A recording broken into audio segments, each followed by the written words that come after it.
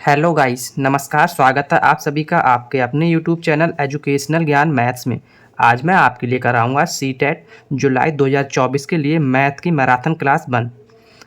आज की मैं इस क्लास में आपके लिए जो भी क्वेश्चंस कराऊंगा वो पेपर 1 एंड पेपर 2 बोथ के पर्पज़ से बहुत ही ज़्यादा इंपॉर्टेंट है। तो चलिए क्लास को स्टार्ट करते हैं और क्लास के साथ आप लास्ट तक बने रहिएगा, क्योंकि मैंने इस क्लास में जो भी क्वेश्चंस लिए हैं वो सभी PYQ क्वेश्चंस हैं।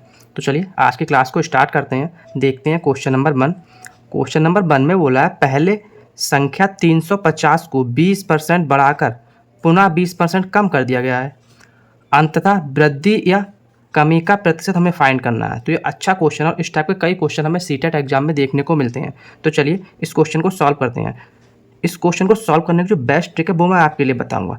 ठीक है, यहाँ पे हमें निकालना क्या है, नेट, जो अंततम क्या कितनी वृद्धि हुई है, क्या प्रॉफिट हुआ या क्या लॉस हुआ है, वो हमें निकालना है। तो जो नेट परसेंटेज नेट प्रॉफिट या फिर लॉस निकालने के लिए ट्रिक होती है वो हमारी होती है x plus by plus x by upon 100। अब यहाँ पे हम सपोज क्या करेंगे, इसमें एक्स और बाई क्या है, जो प्रॉफिट हो रहा है ये, इसे हम एक्स सपोज कर लेंगे, जो लॉस हो रहा है उसे हम बाई सपोज कर लेंगे। अब मैंने यहाँ पे साइन दिए हैं, यहाँ माइनस साइन लिया है और यहाँ प्लस साइन लिया है। जब कोई हमें प्रॉफिट हो रही है तो वहाँ प्लस साइन होगा और जहाँ लॉस में जा रहा है वहाँ माइनस साइन होगा। क्लियर है? बस इसके लिए वैल्यू यहाँ पे पुट करेंगे तो हमें इस क्वेश्चन का आंसर मिल जाएगा। एक्स कितना दिया है 20%, बाई 20% दिया है, बट किस में होगा, माइनस में, क्योंकि कमी हो रही है। तो -20 प्लस एक्स 20 और बाई -20। क्लियर है? अपॉन में 100 है। तो यहाँ से जब इसे सॉल्व करेंगे तो 20 से 20 कैंसिल हो जाएगा, यहाँ पे ये माइनस बाहर आएगा तो यहाँ क्या हो जाएगा 400, क्योंकि 20 हम 400 होता है अपॉन 100। क्लियर है? तो यहाँ से जब से हम काटेंगे तो 100 चौक 400 होता है, तो क्या मिलेगा -4%। अब ये माइनस क्या शो कर रहा है, माइनस हमें बता रहा है कि यहाँ पे जो क्या हुआ है, लॉस हुआ है। क्या हुआ, कमी हुई है। ठीक है, माइनस क्या बता रहा है कि लॉस हुआ है। तो यही हमारा क्या हो जाएगा इस क्वेश्चन का आंसर। 4% का क्या हुआ, लॉस हुआ। ऑप्शन नंबर बी क्या हुआ इस क्वेश्चन का राइट आंसर। क्लियर है? चलिए नेक्स्ट क्वेश्चन देखते हैं। क्वेश्चन नंबर 2 में बोला है ए की मासिक आय बी की आय से 20% अधिक है और बी की आय सी की आय का 30% है। यदि इन तीनों की सम्मिलित प्रतिमाह आय रुपये 74,700 है तो सी की आय हमें फाइंड करनी है, क्या है। अच्छा क्वेश्चन है और इस टाइप के क्वेश्चन की लैंग्वेज पढ़ना बहुत ही ज़्यादा ज़रूरी होता है, क्योंकि बच्चे होते हैं इसकी लैंग्वेज पढ़ने में ही मिस्टेक करते हैं। तो चलिए इस क्वेश्चन को सॉल्व करते हैं शानदार ट्रिक के साथ। ट्रिक क्या है इस क्वेश्चन की, चलिए देखते हैं। यहाँ पे इसने 3 लोग दिए हैं, ए बी और सी। ए बी सी बोला क्या है इसने कि ए की मासिक आय बी की आय से 20% अधिक है और बी की आय सी की आय का 30% है। तो हमें क्या सपोज करना है, यहाँ पे सी की आय का 30% ना, तो हमने सपोज किया सी की आय 100 रुपये है, तो बी की आय क्या होगी, क्योंकि बी की आय सी की आय का 30% है, तो इस 100 का 30% कितना होगा 30। क्लियर, समझ में आया? यहाँ पे इसने बोला बी की आय सी की आय का 30% है, तो हमने सपोज किया सी की आय 100 है तो बी की आय कितनी होगी 30। आगे इसने कंडीशन दी है ए की मासिक आय बी की आय से 20% अधिक है। अब इस ए की जो आय है वो इस बी की आय का 20% अधिक है। तो यहाँ पे मैंने आपको कॉन्सेप्ट बताया था, अगर सपोज किया ये 30 है, इसका हमें 10% निकालना है। तो मैंने आपको बताया था क्या करते हैं, पीछे से एक डिजिट के बाद पॉइंट लगा देते हैं। तो 0 के बाद पॉइंट लगाएंगे तो इसका 10% कितना होगा यहाँ पे, तो यहाँ पे हमें 10% निकालना है इसका। तो एक डिजिट के बाद पॉइंट लगाते हैं तो 3 हो जाएगा। तो जब 10% 3 है, हमें निकालना कितना है 20%, तो मल्टीप्लाई 2 से करा देंगे तो 6 क्या हो जाएगा इस 30 का 20%। अब तो ए की आय कितनी हो जाएगी, इसकी 30 है और इस 30 से 20% अधिक है, तो 30 + 6 मीन्स ए की आय 36 हो जाएगी। बस यहाँ पे यही कॉन्सेप्ट है, आपको क्वेश्चन को पढ़ना बहुत अच्छे से है। अब यहाँ से इसे सॉल्व करेंगे हम, जब इसे 2 से काटेंगे तो 18 दूनी 36 हो जाएगा, यहाँ पे 15 हो जाएगा, तो 18 रेशियो 15 रेशियो यहाँ 50 हो जाएगा। जब इसे हम 2 से डिवाइड करेंगे सबको तो हमें क्या ये मिल जाएगा। इन सबको, इन तीनों को जब हम ऐड करेंगे तो ऐड करने पे हमें क्या मिलेगा, चलिए देखते हैं। यहाँ पे अगर इसे हम ऐड कर दें तो 15 और 50 ये हो जाएंगे 65 और 18 ये मिल जाएगा हमें ऐड करने के बाद यहाँ पे 83।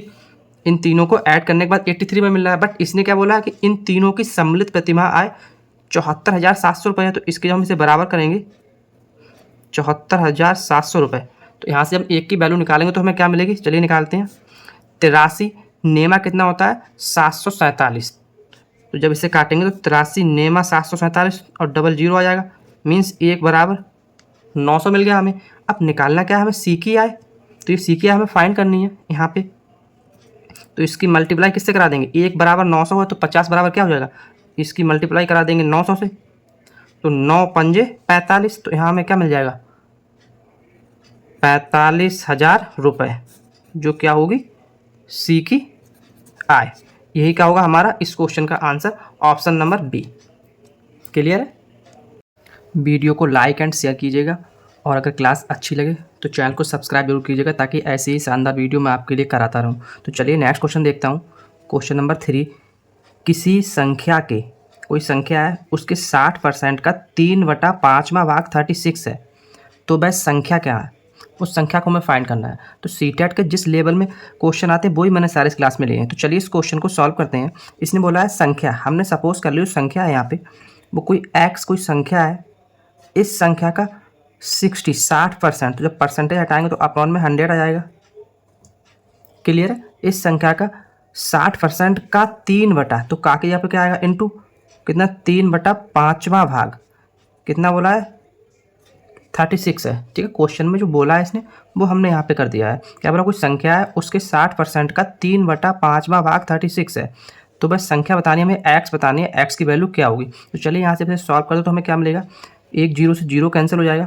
ठीक है, अब यहाँ जब इन दोनों की मल्टीप्लाई कराएंगे 6 की और 3 की, तो कितना मिल जाएगा 18 मिलेगा, और 5 की और 10 की जब मल्टीप्लाई यहाँ कराएंगे तो 50 मिल जाएगा यहाँ।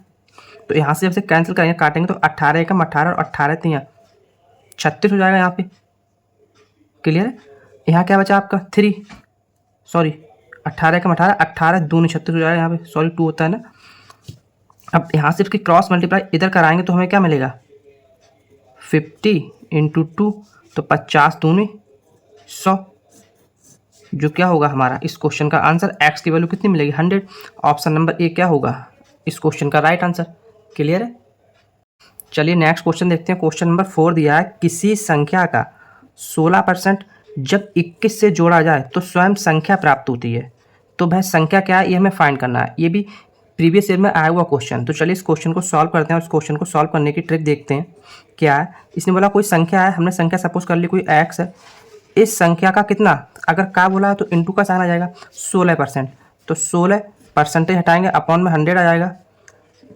इस संख्या के 16% का जब 21 से जोड़ा जाता है, तो इस 16% को किसमें 21 में, तो 21 में जब जोड़ा जाता है तो हमें क्या मिलता है, वही संख्या मिलती है, मीन्स ये एक्स हमें मिलती है। हम संख्या एक्स तो मानिए एक्स मिले। तो क्वेश्चन को पढ़ना बहुत ध्यान से, इसने बोला क्या, जो इसने बोला है वो हमने कर दिया। कोई संख्या है उसका 16% को जब 21 में जोड़ा जाता है तो वही संख्या मिलती है, हमने यहाँ पे नोट डाउन कर लिया। तो चलिए अब ये सॉल्व करते हैं। तो यहाँ से जब 100 इसका एलसीएम आएगा तो यहाँ कितना मिल जाएगा, यहाँ 16 एक्स हो जाएगा, और 100 की जब इधर मल्टीप्लाई होगी 21 में तो कितना हो जाएगा 2100 हो जाएगा यहाँ, और अपॉन में यहाँ क्या आ जाएगा 100 बराबर में एक्स। क्लियर है। तो यहाँ से फिर सॉल्व करेंगे तो हमें क्या मिलेगा 16x प्लस 2100 बराबर में 100x, क्योंकि ये जो 100 है इसकी इधर क्रॉस मल्टीप्लाई हो जाएगी। तो यहाँ से फिर सॉल्व करेंगे तो जब इस 16 को उठा के इस साइड लाएंगे तो इसमें से माइनस हो जाएगा, तो 100 में जब 16 आएगा तो कितना बचेगा 84x बराबर 2100। तो यहाँ से फिर सॉल्व करेंगे तो x की वैल्यू हमें क्या मिल जाएगी 2100 डिवाइड बाई 84। तो जब इसे काटेंगे तो ये 12 7 84 हो जाएगा, 7 से मतलब सॉरी 7 से काटेंगे तो यहाँ पे 12 आ जाएगा, और जब इसे काटेंगे तो 7 3 21 2 0, तो x बराबर क्या मिल जाएगा 300 डिवाइड बाई 12। जब इसे काटेंगे तो ये 25 बार में कट जाएगा, तो 25 हमारा क्या होगा इस क्वेश्चन का right answer, option number B. Clear है। नेक्स्ट क्वेश्चन नंबर 5 में दिया है, एक पेंसिल का मूल्य 2.5 रुपये है। अमित 1.5 दर्जन पेंसिलें खरीदता है और दुकानदार को 100 रुपये का एक नोट देता है, उसे कितने रुपए वापस मिलेंगे ये हमें फाइंड करना है। तो इस कॉन्सेप्ट पे भी सीटेट एग्जाम में कई क्वेश्चन देखने को मिलते हैं। तो चलिए इस क्वेश्चन को सॉल्व करते हैं। इसने क्या बोला, एक पेंसिल कितने में 2.5 रुपये में खरीद रहा है, तो इस 2.5 रुपये का मतलब कितना एक पेंसिल खरीदता है कितने में, 2.5 रुपये में, मीन्स 5/2 रुपये में। क्लियर है। अब अमित है, ये अमित कितनी 1.5 दर्जन पेंसिल खरीद रहा है। 1.5 मतलब 3/2, 1 दर्जन में होती हैं 12। तो यहाँ से जब से सॉल्व करेंगे तो क्या मिलेगा, 2 छंग 12 मीन्स वो 18 पेंसिलें खरीदता है। एक पेंसिल का मूल्य कितना है, 2.5 रुपये, और उससे 18 पेंसिल खरीदनी है। तो कुल कितने रुपए की उसने पेंसिल खरीदी, 18 पेंसिल खरीदनी है और 2.5 रुपये एक पेंसिल का मूल्य है। तो इसके इससे मल्टीप्लाई करा देंगे, यहाँ से सॉल्व करेंगे तो हमें क्या मिलेगा, 2 ने 18 और 9 पंजे 45 रुपये की उसने पेंसिल खरीदी।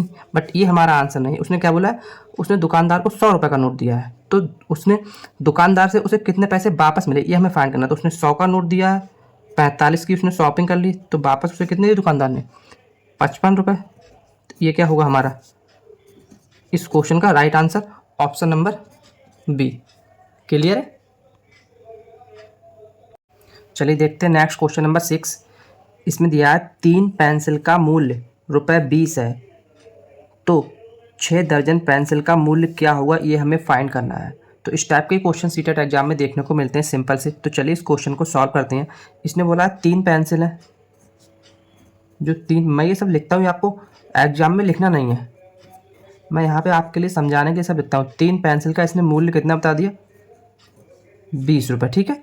तो यहाँ से अगर हम एक पेंसिल का मूल्य निकालेंगे तो कितना मिल जाएगा, 20/3 रुपये। क्लियर। एग्जाम में आपको क्या करना है, सीधा आपको यहीं से निकालना है कि एक पेंसिल का मूल्य क्या हो जाएगा, 20/3 रुपये। ठीक है, ये सब आपको नहीं करना है। तो इसने बोला क्या है, 6 दर्जन पेंसिल का मूल्य क्या हुआ, तो 6 दर्जन बोला है, एक दर्जन में 12 होता है, तो 6 × 12 यहाँ पे क्या आ जाएगा, 12 छंग 72, 72। ठीक है, कुल कितनी पेंसिल होंगी, 72। एक पेंसिल का रेट है 20/3, तो इसकी जब मल्टीप्लाई कराएंगे 20/3 से और उसे सॉल्व करेंगे तो हमें क्या मिल जाएगा इस क्वेश्चन का आंसर। यहाँ से उसे काटेंगे तो क्या मिलेगा, 3 से इसे काटेंगे तो ये 24 3 72 होता है, तो 24, और 24 दूनी 48, तो 480 रुपये क्या होगा हमारा इस क्वेश्चन का right answer, option number C. Clear है। चलिए नेक्स्ट क्वेश्चन देखते हैं। क्वेश्चन नंबर 7 में बोला है यदि 5 पेंसिलों का मूल्य ₹15/4 है तो 2 पेंसिलों का मूल्य क्या होगा, ये हमें फाइंड करना। तो इस कॉन्सेप्ट पे जो भी क्वेश्चन सीटेट एग्जाम में बनते हैं वो मैंने सभी इस क्लास में लिए हैं। तो चलिए इस क्वेश्चन को सॉल्व करते हैं। इसने क्या बोला है, 5 पेंसिलों का मूल्य 15/4 है, तो 5 का जो मूल्य है कितना, 15/4 है, तो यहाँ से जब 1 का हम मूल्य निकालेंगे तो क्या हो जाएगा 15, और इस 5 की इधर मल्टीप्लाई हो जाए तो 15/20 हो जाएगा एक का मूल्य। क्लियर है। निकालना कितने का, इसने बोला 2 पेंसिल का, तो जब 2 का हमें निकालना है यहाँ तो इस 2 की इससे मल्टीप्लाई करा देंगे, तो 2 × 1 का कितना है 15/20। यहाँ से सॉल्व करेंगे तो हमें क्या मिल जाएगा, यहाँ से 2 ढाई 10 बार 15/10 हो जाएगा, तो यहाँ से हम इसे काटेंगे तो क्या हो जाएगा, 5 3 15 और 5 दूनी 10, तो 3/2 रुपये। क्लियर है। ये क्या होगा हमारा इस क्वेश्चन का right answer, option number B. Next question number 8 में दिया है 8 kg 350 ग्राम से 3 kg 178 ग्राम को घटाने से क्या मिलेगा। तो इस टाइप के सिंपल क्वेश्चन भी सीटेट एग्जाम में देखने को मिलते हैं। तो चलिए इस क्वेश्चन को सॉल्व करते हैं। अगर इस कॉन्सेप्ट पे आपको कोई भी क्वेश्चन एग्जाम में मिलता है तो हमें करना क्या है, इस टाइप के क्वेश्चन को आप सिर्फ ऑप्शन से ही सॉल्व कर सकते हैं। यहाँ हमें देखना है, सबसे पहले क्या देखना है, यूनिट। यहाँ केजी दिया है, ठीक है। यहाँ ग्राम मीन्स यूनिट्स की सेम है। अगर यहाँ पे यूनिट सेम नहीं होती, जो हम जिसमें से इसको माइनस कर रहे हैं उन दोनों की यूनिट सेम है। तो चलिए अब ये सॉल्व करते हैं। यहाँ देखते हैं हम 8 kg में से, जब इस 8 kg में से 3 kg को हम माइनस करेंगे तो यहाँ कितना मिलेगा, हमें 5 kg मिल जाएगा यहाँ। क्लियर है। सेम ऐसे ही जब 350 ग्राम में से 178 ग्राम को हम माइनस करेंगे तो हमें क्या मिलेगा। अब हमें यहाँ पे ऑप्शन देखने हैं।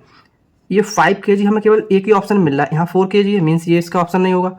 यहाँ भी 4 kg है और ये भी 4 kg, ये 3 तो एलिमिनेट हो गए, तो ऑप्शन नंबर ए बचा हमारा। ठीक है, क्योंकि इसी में एक 5 kg आ रहा है। तो जब 350 में से 178 जाएगा तो कितना हो जाएगा, 172 ग्राम। तो ऑप्शन नंबर ए क्या होगा हमारा इस क्वेश्चन का राइट आंसर। क्लियर है। तो इस टाइप का क्वेश्चन को आप ऑप्शन से चेक करें, आप ऑप्शंस को एलिमिनेट करें। चलिए नेक्स्ट क्वेश्चन देखते हैं। क्वेश्चन नंबर 9 में दिया है एक मानचित्र पर आधा सेंटीमीटर भूमि पर 125 किलोमीटर को दर्शाता है। यदि दो नगरों के बीच की दूरी भूमि पर 2000 किलोमीटर है तो मानचित्र पर उनके बीच की दूरी क्या होगी, ये हमें फाइंड करना है। इस कॉन्सेप्ट पे हमें सीटेट एग्जाम में कई क्वेश्चंस एग्जाम में देखने को मिलते हैं। जो जनवरी वाला पेपर हुआ था वहाँ भी इस कॉन्सेप्ट पे एक क्वेश्चन आया था। तो चलिए इस क्वेश्चन को सॉल्व करते हैं। तो इस क्वेश्चन को सॉल्व करने के लिए इसका कॉन्सेप्ट क्या होता है, इसने क्या बोला, कोई मानचित्र है ये इस तरह से, कोई मैप है, ठीक है। इस मैप पे क्या है, कोई इसने इससे ये कोई दूरी दी है, कितनी, आधा सेंटीमीटर। अब ये जो दूरी आधा सेंटीमीटर दी है, इसकी दूरी जो भूमि पर है वो इसने कितनी बताई है, इस आधा सेंटीमीटर की दूरी भूमि पर इसने कितनी बता दी, 125 किलोमीटर। क्लियर है। कोई मैप है, मैप पे जो आधा सेंटीमीटर की दूरी है वो भूमि पर 125 किलोमीटर है। तो यहाँ से अगर हम 1 सेंटीमीटर की वैल्यू निकालेंगे तो कितना मिलेगा, 2 इधर मल्टीप्लाई में चले जाएंगे, तो 125 दूनी 250 किलोमीटर। क्लियर है, समझ में आया कॉन्सेप्ट मैंने क्या किया, मतलब 1 सेंटीमीटर बराबर 250 किलोमीटर। निकालना क्या है, इसने बोला कि दो नगरों के बीच की दूरी 2000 किलोमीटर है। मतलब कोई दो नगर हैं, इनके बीच की दूरी कितनी दे रखी है, 2000 किलोमीटर। बट हमें निकालना ये है कि जो मानचित्र जो मैप है उस पर इनके बीच की दूरी क्या होगी। तो 1 सेंटीमीटर बराबर 250 है। तो जब 250 से हम डिवाइड करेंगे तो हमें क्या मिलेगा, तो 250 से डिवाइड करेंगे तो 250 2000 होता है, तो 8 सेंटीमीटर क्या होगा हमारा इस क्वेश्चन का right answer, option number C. Clear है। चलिए नेक्स्ट क्वेश्चन देखते हैं, क्वेश्चन नंबर 10। इसमें दिया है 6 घंटे में, यहाँ पे सैकड़ों नहीं, यहाँ पे सेकंडों होगा, ठीक है। ये थोड़ा सा मिसप्रिंट हो गया यहाँ पे, 6 घंटे में सेकंडों की संख्या निम्नलिखित में से किसकी मिनट की संख्या के बराबर होगा, ये हमें फाइंड करना है, ठीक है। तो चलिए इस क्वेश्चन को सॉल्व करते हैं। यहाँ मैं इस क्वेश्चन को सॉल्व करने से पहले आपके लिए कॉन्सेप्ट बताऊंगा। ये जो कॉन्सेप्ट है वो आप सबको पता होगा। हमें पता है 1 घंटे में 60 मिनट होते हैं और 1 मिनट में 60 सेकंड होते हैं। क्लियर है ना। हमें निकालना क्या है, 6 घंटा। तो 6 घंटे में कुल कितने सेकंड्स होंगे वो हम फाइंड करेंगे, तो कितना हो जाएगा, 6 इंटू 60 से मल्टीप्लाई। अब ये मिनट में कन्वर्ट हो गया बट हमें सेकंड्स में कन्वर्ट करना है, तो इंटू करके 60 से इसकी और मल्टीप्लाई करा देंगे, हमें क्या मिल गया, सेकंड्स। यहाँ पे थोड़ा सा मिसप्रिंट और है, इसने यहाँ पे दिन में पूछा है, मतलब किसके कितने मिनट, यहाँ पे एक टर्म मिसप्रिंट है दिन। ये जो आंसर है वो हमें दिन में बताना है, ठीक है। तो चलिए इसे सॉल्व करती है। तो सेकंड्स की संख्या होगी कितनी, 6 घंटों में। अब अगर हम एक दिन में, घंटे कितने होते हैं, 24। अब इसको अगर हम, क्योंकि हमें आंसर मिनट में निकालना है, अगर हम मिनट में कन्वर्ट करेंगे तो एक दिन में 24 घंटे होते हैं, और जब इसको मिनट में कन्वर्ट करेंगे तो 60 से क्या कराएंगे, मल्टीप्लाई। ये क्या हो गया, मिनट। अब ये हमें सेकंड्स में मिला है, ये हमें मिनट में मिला है, ठीक है। हमें आंसर किस में, मिनट में लाना है, तो क्या करेंगे, ये जो सेकंड्स वाली टर्म है, मतलब छोटे से बड़े में आना है, तो क्या करेंगे, डिवाइड करेंगे। तो 6 इंटू 60 इंटू 60, इसको डिवाइड करेंगे हम 24 इंटू 60 से, तो क्या मिलेगा, चलिए देखते हैं। 60 60 कैंसिल हो जाएगा। यहाँ जब इसे काटेंगे तो 12 दूनी 24 होगा, और यहाँ से 12 पंजे 60 हो जाएगा। 2 एकम 2 और 2 तियाँ 6, तो 5 तियाँ 15 दिन, जो क्या होगा हमारा इस क्वेश्चन का राइट आंसर, क्योंकि हमें ये दिन में, डेज में निकालना है। तो यहाँ पे थोड़ा सा मिसप्रिंट है, किसी को का 15 दिन कर लीजिएगा, यहाँ पे 15 डेज। तो ऑप्शन नंबर बी क्या हो जाएगा हमारा इस क्वेश्चन का राइट आंसर। क्लियर है ना। तो इस टाइप का कॉन्सेप्ट अगर आपको एग्जाम में देखने को मिलता है तो आप उसे ऐसे ही सॉल्व करेंगे।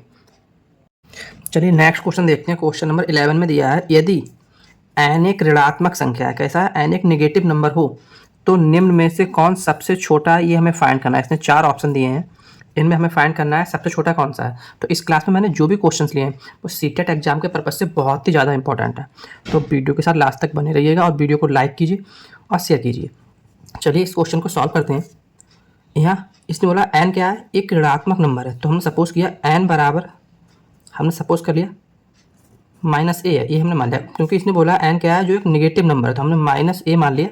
n बराबर, अब करना क्या है हमें, ये तो 0 जो है ये तो होल नंबर है। यहाँ जब इसको हम चेक करेंगे माइनस ब्रैकेट में -a, तो यहाँ हमें क्या मिल जाएगा, माइनस माइनस प्लस हो जाएगा। क्या मिलेगा, पॉजिटिव नंबर मिल जाएगा हमें। ठीक है, यहाँ हमें क्या मिल जाएगा, पॉजिटिव नंबर। नेक्स्ट अब 2n, इसके लिए हम चेक कर देंगे। जब हम 2n को चेक करेंगे यहाँ पे तो हमें क्या मिलेगा, 2 और n की जगह पर -a, तो कितना मिल जाएगा, -k 2a, मतलब क्या मिलेगा, नेगेटिव नंबर। यहाँ हमें नेगेटिव मिल जाएगा। सेम ऐसे ही हम चेक करते हैं इस n स्क्वायर के लिए।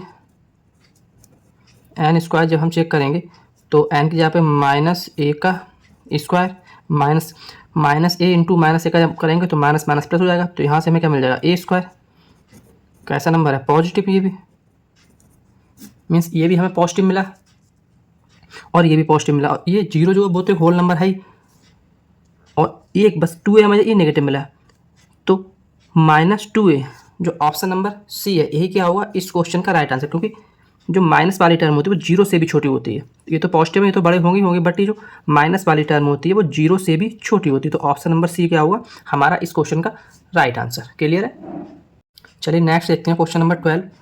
इसमें इसने दिया चित्र में यदि क्या बोला, ए बी बराबर बी सी। क्या बोला, ए बी और बी सी ये दोनों बराबर है, और एक एंगल दिया है ए बी सी, ये 90 डिग्री दिया है। ये जो ए बी सी ये एंगल जो दिया है कितना दिया है, ये एंगल दिया है 90 डिग्री। आगे इसने बोला है तो कोण बी सी डी का मान बताना है। बी सी डी मीन्स इस एंगल का हमें वैल्यू फाइंड करनी है, क्या होगा। तो इस क्वेश्चन को जल्दी सॉल्व करते हैं। क्या देखते हैं, इसने हमें यहाँ दिया है ए बी बराबर बी सी।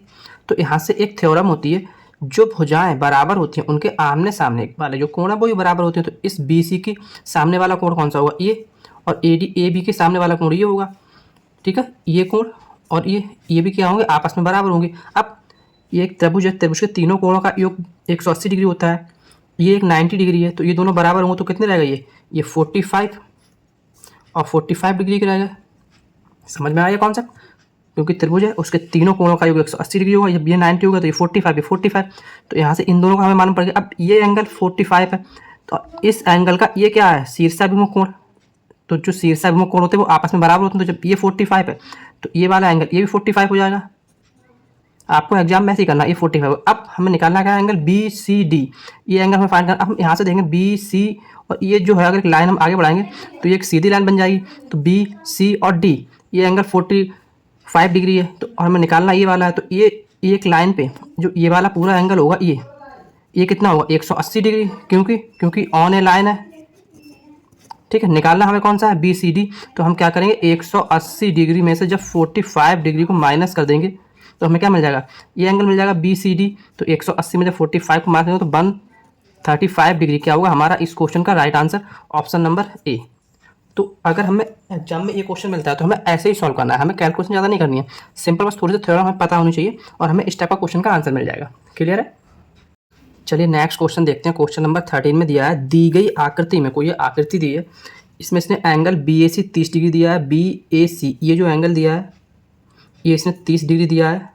ठीक है, और angle A B C 50 degree दिया है। ये जो एंगल दिया है ये ए बी सी 50 डिग्री दिया है। आगे इसने क्या बोला, कोण सी डी ई 25 डिग्री है। तो कौन सा है, सी डी ई, ये जो कोण दिया है वो 25 डिग्री दिया है।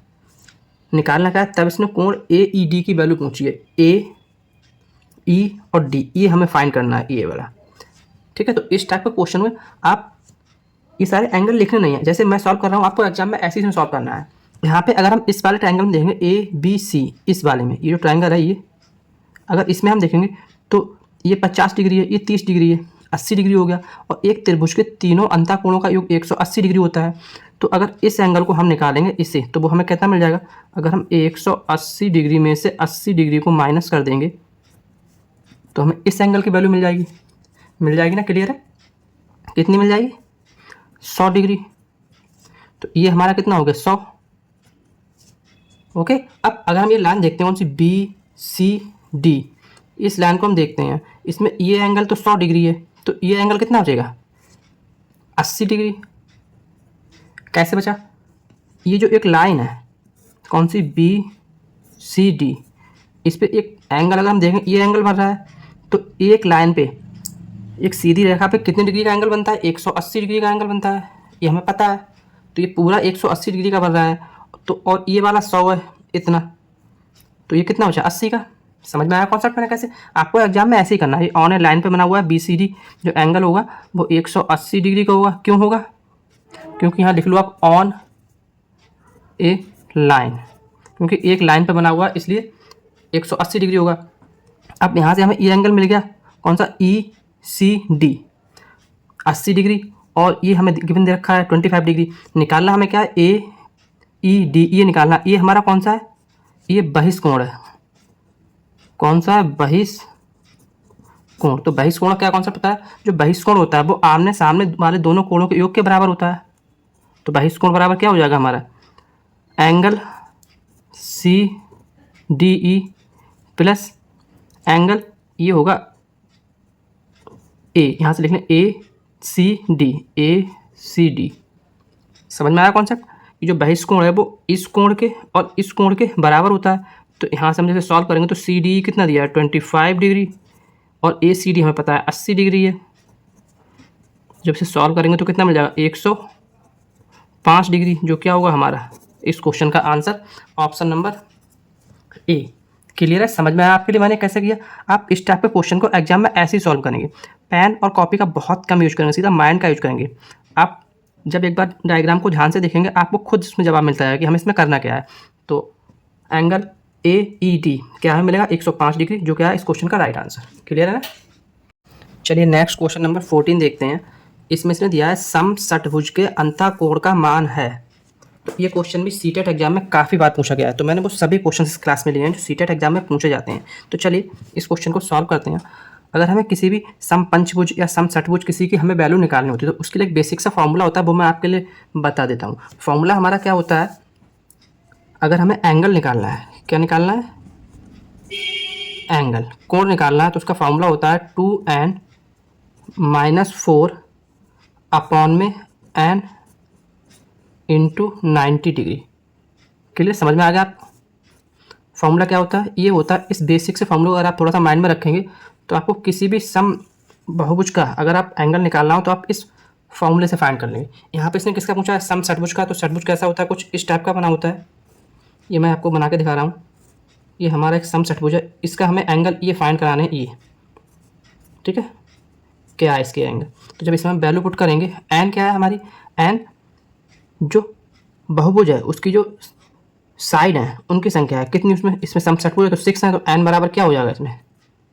6। तो इसमें वैल्यू अगर हम पुट करेंगे यहाँ तो 2 इंटू एन की जगह पे 6 - 4 अपॉन 6 इंटू 90 तो चल ही रहा है साथ में।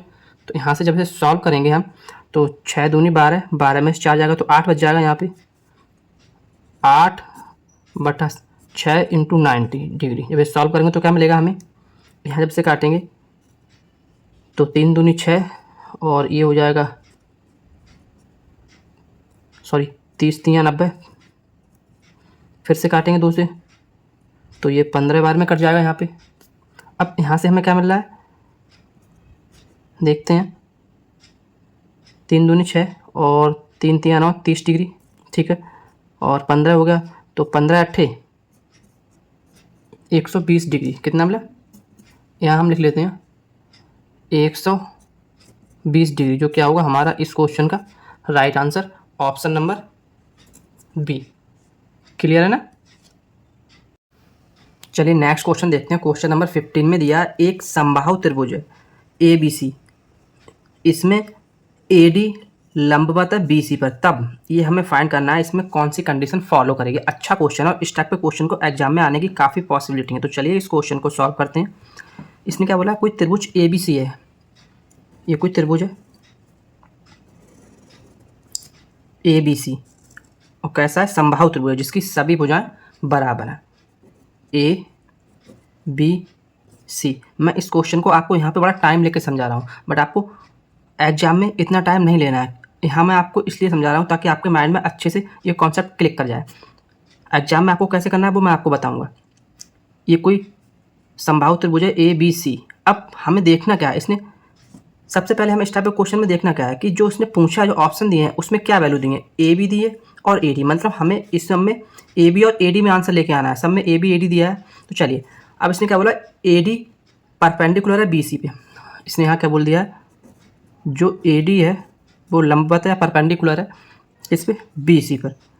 तो ये बी सी है, इस पर एक परपेंडिकुलर ऐसे डालेंगे हम, यहाँ देखते हैं डाल के इस तरह से, तो ए और यहाँ पे कोई पॉइंट डी हो जाएगा, ठीक है। ये इस पर परपेंडिकुलर होगा तो ये एंगल कितना हो जाएगा, 90 डिग्री का हो जाएगा एंगल ये। अब अगर हम इस वाले ट्राइंगल में देखते हैं ए बी डी, अगर हम यहाँ पे देखते हैं ट्राइंगल ए बी डी, जो कौन सा समकोण ट्राइंगल है, ये एक समकोण ट्राइंगल है ए बी डी, इसमें हम देखते हैं और इसमें अगर हम पाइथागोरस थ्योरम लगाते हैं तो यहाँ से हमें क्या मिल जाएगा, ए बी का स्क्वायर बराबर बी डी का स्क्वायर प्लस ए डी का स्क्वायर बी डी का स्क्वायर प्लस ए डी का स्क्वायर, ये हमें मिल जाएगा। यहाँ से अगर हम देखते हैं इस त्रिभुज की हम कंडीशन निकालते हैं तो यहाँ से हमें क्या मिल रहा है, ए बी बराबर बी सी बराबर ए सी, क्योंकि संभाव हो तो इसकी तीनों भुजाएं बराबर होंगी। और अगर यहाँ से हम देखेंगे तो ये जो बी डी है वो बराबर डी सी होगी, क्या होगा बी डी बराबर डी सी, क्यों, क्योंकि ये परपेंडिकुलर है, इसको बाइसेक्ट कर रहा है। तो यहाँ से अगर हम देखेंगे तो बी डी बराबर डी सी है। अगर इस बी डी को हम ऐसे लिख सकते हैं ना, अगर हम बी डी को लिखेंगे इसके लिए तो बी डी बराबर 1/2 ए भी लिख सकते हैं, ठीक है। हम बी डी को लिख सकते हैं, इस बी डी को 1/2 बी सी लिख सकते हैं, 1/2 B C, but B C और ए बी और ए सी ये तीनों बराबर है तो मैंने सीधा ए बी लिख दिया, बी डी बराबर 1/2 ए बी, ये मैंने लिख दिया। समझ में आया कैसे लिखा मैंने, इस कॉन्सेप्ट से क्लियर हुआ ना, क्योंकि ये संभाव त्रिभुज तो ए बी बराबर बी सी बराबर ए सी है, तो ये बी डी जो है बी सी की आती है तो मैंने बी सी की जगह यहाँ पे ए बी लिख दिया है, क्लियर। अब यहाँ पे वैल्यू पुट करके देखते हैं तो यहाँ पे ए बी का स्क्वायर, यहाँ क्या है हमें ए डी तो लाना है तो ए डी को हम ऐसे ही रखेंगे, A D square plus B D हमें इसमें ऑप्शन में नहीं लाना है, क्या लाना है ए बी लाना है, तो बी डी जब हम क्या लेंगे 1/2 ए बी, तो 1/2 ए बी का स्क्वायर। समझ में आया। अब इस ए बी स्क्वायर और इधर उठा के लाएंगे तो हमें क्या मिल जाएगा, A B square minus 1/4 A B square और इधर रहेगा ए डी स्क्वायर, क्लियर है, समझ में आया। यहाँ से जब एलसीएम लेंगे तो 4 ए बी स्क्वायर आएगा, इसमें जब एक A B square cancel minus होगा तो 3 ए बी स्क्वायर आ जाएगा, और इधर 4 जो एलसीएम वाला आएगा उस साइड आ जाएगा, तो यहाँ 4 ए डी स्क्वायर हो जाएगा। क्या मिला हमें, 3 ए बी स्क्वायर बराबर 4 ए डी स्क्वायर। क्या है किसी ऑप्शन में दिया है, देखते हैं, हाँ ये ऑप्शन नंबर बी में दिया है, 3 ए बी स्क्वायर बराबर 4 ए डी स्क्वायर, तो ऑप्शन नंबर बी क्या होगा हमारा इस क्वेश्चन का राइट आंसर। क्लियर है, समझ में आया। इस टाइप का क्वेश्चन एग्जाम में आने की काफ़ी पॉसिबिलिटी है, क्लियर है ना। चलिए नेक्स्ट क्वेश्चन देखते हैं। क्वेश्चन नंबर 16 में दिया है 3.5 समकोण में डिग्रियों की संख्या है। अच्छा क्वेश्चन है, चलिए इसे सॉल्व करते हैं। किसने दिया है 3.5, तो 3.5 समकोण दिया है इंटू 90, इसमें क्या पूछा है डिग्रियों की संख्या, तो क्या हम 3.5 को 7/2 इंटू 90 लिख सकते हैं, लिख सकते हैं ना। तो जब यहाँ से मैंने 7/2 क्यों लिखा, क्योंकि 3.5 डिग्री जब इसमें कैलकुलेशन करेंगे तो टफ पड़ेगी, तो मैंने यहाँ से इसे 7/2 लिख लिया। जब यहाँ से कैंसिल करेंगे तो 2 से जब 90 को काटेंगे तो 45 डिग्री मिल जाएगा ना। तो यहाँ से 7 इंटू 45 डिग्री, और जब ये सॉल्व करेंगे तो हमें क्या मिलेगा, 7 पंजे 35 के 5 और 7 चौक 28 और 3 31, तो 315 डिग्री क्या होगा हमारा इस क्वेश्चन का right answer, option number A. Clear है ना। इस टाइप के सिंपल क्वेश्चन हमें एग्जाम में काफ़ी देखने को मिलते हैं। चलिए नेक्स्ट क्वेश्चन देखते हैं। क्वेश्चन नंबर 17 में इसने दिया है 2 समांतर रेखाओं के बीच की दूरी सदैव। तो ये सिंपल सा क्वेश्चन है, बट मैंने इसे भी इस क्लास में लिया है क्योंकि काफ़ी बच्चे इस कॉन्सेप्ट को भी गलत कर देते हैं। इसने बोला 2 समांतर, 2 पैरेलल लाइन है, तो ये 2 पैरेलल लाइन है। समांतर रेखाएं कौन होती है, जिनके बीच का अंतर समान हो। इन दोनों के जो बीच का अंतर है ये हमेशा कैसा रहेगा, बराबर होगा, ठीक है। तो ये 2 समांतर रेखाएं, इसने क्या बोला सदैव इनके बीच की जो दूरी है घटती है, बढ़ती है, बराबर रहती है, या घट या बढ़ सकती है, तो क्या रहती है बराबर। ये मैंने क्या बोल दिया यहाँ पे बराबर, तो ऑप्शन नंबर सी क्या होगा हमारा इस क्वेश्चन का राइट आंसर। क्लियर है ना। चलिए देखते हैं नेक्स्ट और आज की इस मैराथन क्लास का लास्ट क्वेश्चन। इसमें इसमें दिया है किसी एक कंडीशन इसने पूछी किसी त्रिभुज के कोई ट्रायंगल है इसके लिए निम्न में से कौन सा कथन सत्य है। इसने 4 ऑप्शन दिए हैं। क्या दिया? समस्त कोण सदैव न्यून कोण होंगे, एक कोण सदैव समकोण होता है, एक कोण सदैव अधिक कोण होता है और एक कोण सदैव न्यून कोण होता है। तो ऑप्शन नंबर डी क्या हुआ इस क्वेश्चन का राइट आंसर? किसी भी ट्रायंगल में एक कोण सदैव न्यून कोण होता है। तो ऑप्शन नंबर डी क्या हुआ इस क्वेश्चन का राइट आंसर। और आज के लिए इतना ही, मिलते हैं कल एक और शानदार मैराथन क्लास के साथ। थैंक्स।